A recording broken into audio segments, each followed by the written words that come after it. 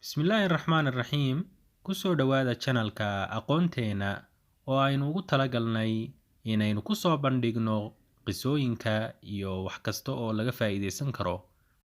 Maanta waxaynu soo bandhigaynaa oo aynu ka sheekeynaynaa saddex qiso oo ku dhacday saddex ka mid ah saxaabadii nebiga calayhi salaatu wasalaam. Saxaabadaas radiyallahu canhum jamiican. Waxaynu mid kasta dul istaagi doonaa qiso ka mid ah qisooyinkiisa. Waxaynu ku bilaabaynaa Cabdiraxmaan bin Cawf, saxaabiga jaliilka ah. Waxaa laga soo wariyey saxaabiga jaliilka ah Cabdiraxmaan bin Cawf markii uu u haajiray oo uu qabtay magaalada Madiina, waayo asagu wuxuu ahaa reer Maka. Wuxuu u haajiray muhaajir buu ahaa, wuxuu u haajiray magaalada Madiina. Markii uu Madiina aaday, Nabigu sallallahu calayhi wasallam wuxuu la walaaleeyay asaga saxaabi kale oo la dhaho magaciisa Sacad bin Rabiic.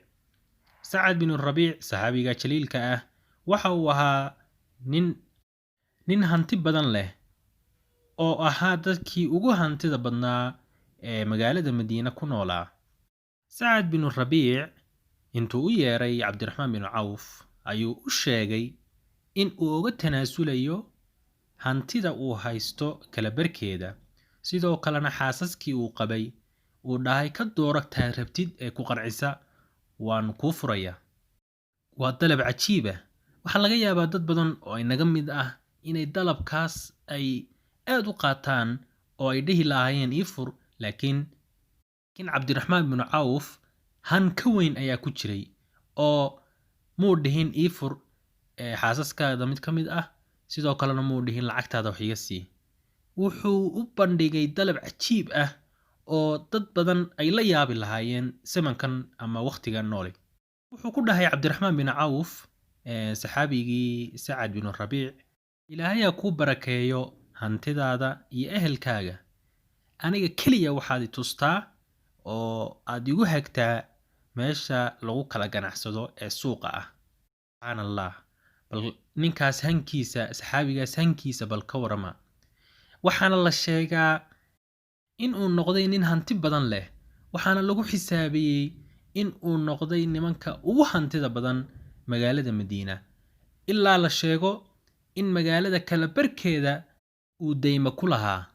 Waxa uu 100,000 oo diinaar uu ku sadaqadaystay ciidamadii muslimiinta ahaa ee duulaanada aadi jiray, futuuxaadkana samayn jiray, iyo fuqaradii muslimiinta ahaa ee magaalada Madiina ku noolaa ayuu lacag badan ku sadaqadaysan jiray.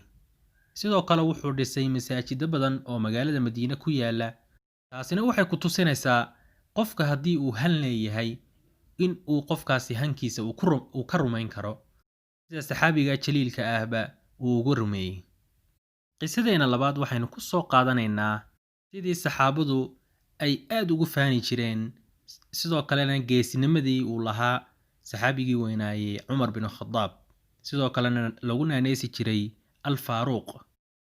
Waxaa saxaabada ridwaanullaahi calayhim jamiican laga wariyaa in ay dareemeen awood iyo cizi markii uu islaamay Cumar bin Khadaab radiyallahu canhu.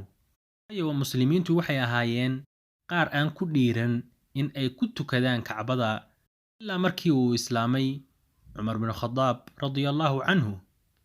Markii uu islaamay Cumar radiyallahu canhu, waxay u soo baxeen Kacbada ayagoo oo 2 saf ku kala tukaday, saf uu hogaaminayay Xamse iyo saf uu hogaaminayay Cumar bin Khadaab, ayagoo Kacbada ugu tukanaya si muuqata oo ay arkayaan nimankii gaalada ahaa ee mushrikiinta ee cadowga iyo ciilka u qabay muslimiinta.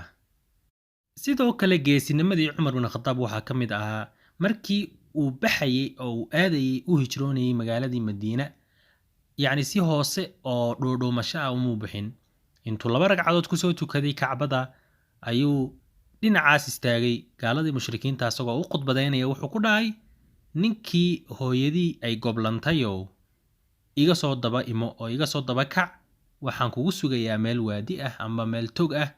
Cabsi ay ka cabsanayaan Cumar bin Khadaab nimankii mushrikiinta ahaa, hal xabbo amba hal nin oo ka soo daba dhaqaaqay amba ka daba yimi ma jiro. Cabsi ay ka cabsanayaan Cumar bin Khadaab radia allahu tacaala canhu. waxaynu soo gaarnay gunaanadkii. haddii aad ka heshay, fadlan like saar muuqaalkan, like saar, ha ka dhaqaaqin. haddii aadan ka helin, dislike saar. muhiimaddu waa in aad muuqatid. waa walaalkiin cabdiraxmaan oo idin leh muuqaal dambe oo xiise leh.